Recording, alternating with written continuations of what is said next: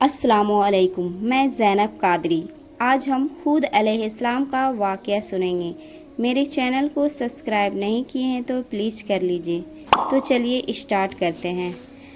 عاد کا زمانہ لگ بھگ 2000 سال قبل مسیح مانا جاتا ہے، اور قرآن مجید میں عاد کو مصر بعدی نوح کہہ کر نوح قوم کے خلیفوں میں گنا گیا ہے۔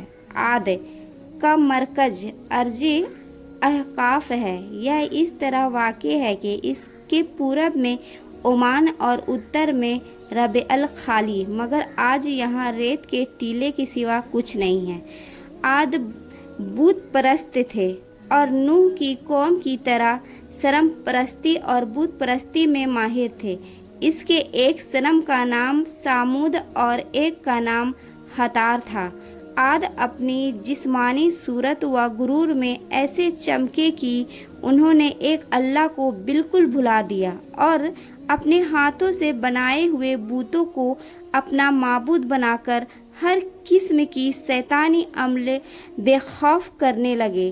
تب اللہ تعالیٰ نے انہی میں سے ایک پیغمبر حضرت ہود علیہ السلام کو بھیجا۔ حضرت ہود علیہ السلام عاد کی سب سے زیادہ عزت دار شخص خلوص کے ایک فرد تھے۔ انہوں نے اپنی قوم کو اللہ کی توحید اور اس کی عبادت کی طرف دعوت دی اور لوگوں پر ظلم و زور کرنے سے منع فرمایا، مگر عاد نے ایک نہ مانی۔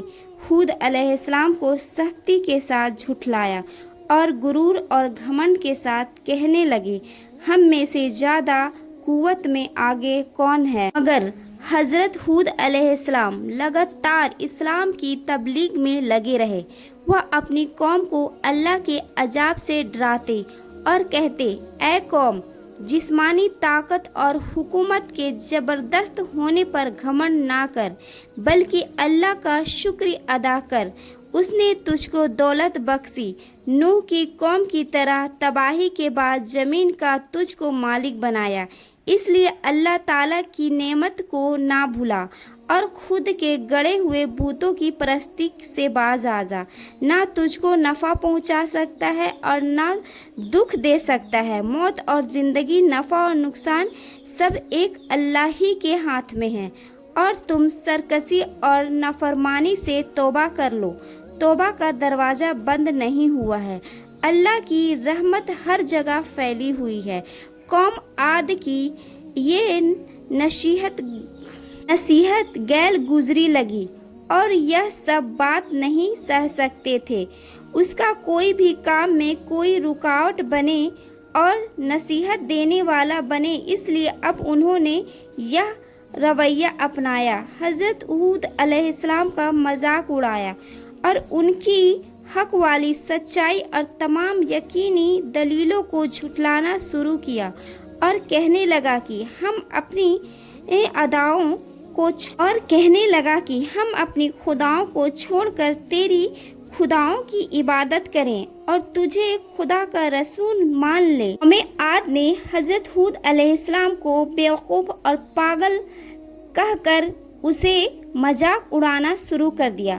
ہود علیہ السلام نے کہا ان سے، نہ میں بیوقوف اور نہ میں پاگل ہوں، میں اللہ کا رسول اور پیغمبر ہوں۔ اللہ اپنے بندوں کی ہدایت کے لیے بیوقوف کے منتخب نہیں کرتا، مگر قوم کی سرکشی اور مخالفت بڑھتی رہی اور ان پر سورج جیسا زیادہ روشن دلیلیں اور نصیحتوں کا ذرہ برابر بھی اثر نہیں پڑا۔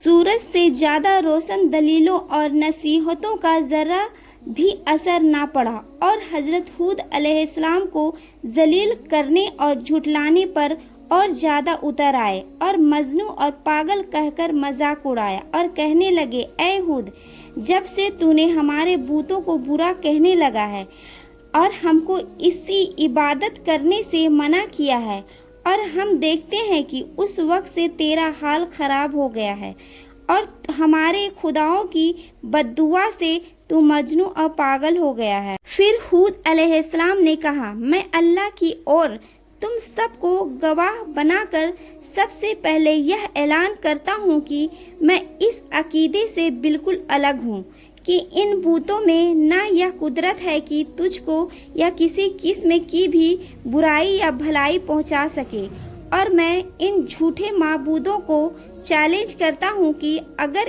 اس میں ایسی قدرت ہے تو تجھ کو نقصان پہنچائے،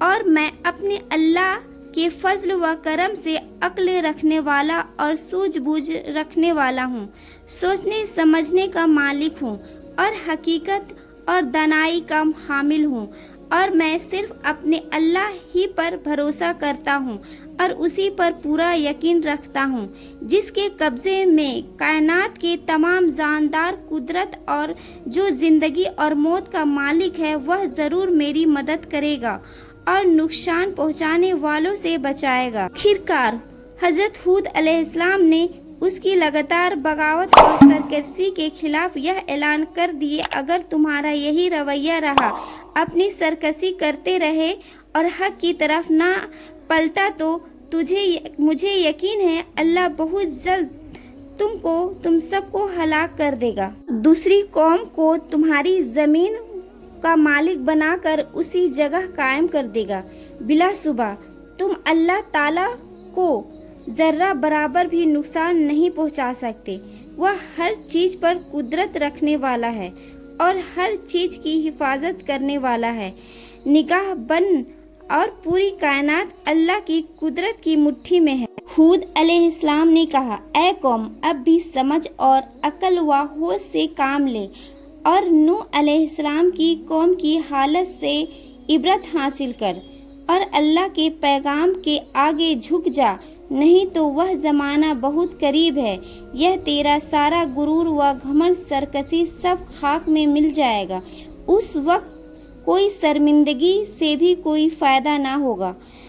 حضرت ہود علیہ السلام نے بار بار اپنے قوم کو سمجھایا اور کہا، میں تمہارا دشمن نہیں، میں تمہارا دوست ہوں، میں تم سے سونا چاندی و تاج نہیں چاہتا، بلکہ میں تمہاری فلاح و نجات چاہتا ہوں، میں اللہ تعالیٰ کے پیغام کے بارے میں خیانت کرنے نہیں بلکہ میں امین ہوں۔ ہود علیہ السلام کی قوم نے کہا، اے ہود، اب ہم سے تیری روز روز کی نصیحت سنی نہیں جاتی، اگر تو واقعی اپنے قول میں سچا ہے تو وہ عذاب جلد لے آ، ہمارا تیرا قصہ صاف ہو جائے گا۔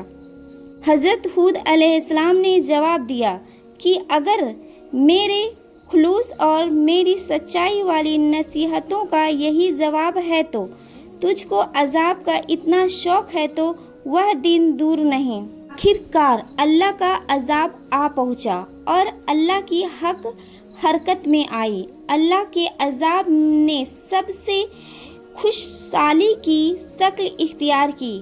عاد قوم خشک سے گھبرائے ہوئے، پریشان ہوئے، تنگ دکھائی پڑنے لگے۔ حضرت ہود علیہ السلام نے ہمدردی کے جوش میں اکسایا اور مایوسی کے بعد پھر ان کو ایک بار سمجھایا کہ حق کا راستہ اختیار کر لو، میری نصیحتوں کا ایمان لے آؤ، یہی نجات کی راہ ہے، دنیا میں بھی اور آخرت میں بھی، ورنہ پچھتاؤ گے۔ لیکن بدبخت اور بدنصیب قوم پر کوئی اثر نہ ہوا، بلکہ دشمنی میں کوئی دوگنا زیادہ بڑھ گئے۔ تب ہولناک عذاب نے ان کو آ گھیرا۔ 8 دن اور 7 راتیں برابر تیز آندھی طوفان اڑے اور ان کی آبادی کو تہس نہس کر کے رکھ دیا۔ جسمانی طاقتوں کے گھمنڈ میں سرمست اور سرکش بنے ہوئے تھے، اس طرح بے ہوش و حرکت پڑے نظر آتے تھے، جس طرح آندھی سے بھری بھرکم پیڑ بے جان ہو کر گرتا وہ سب گرے پڑے تھے۔ غرض ان کی ہستی کو نست و نابود کر دیا گیا تاکہ آنے والی نسل کے لیے عبرت بنے، اور دنیا اور آخرت کی لعنت اور عذاب ان پر مسلط کر دیا گیا، وہ اسی کے حقدار تھے۔ حضرت ہود علیہ السلام اور ان کے مخلص اسلام کو ماننے والے ساتھی اللہ کی رحمت اور نعمت سے، اللہ کے عذاب سے محفوظ رہے اور سرکش قوم کی سرکشی اور بغاوت سے بچتے رہے۔ حضرت ہود علیہ السلام اور عاد قوم کا ذکر قرآن میں سورہ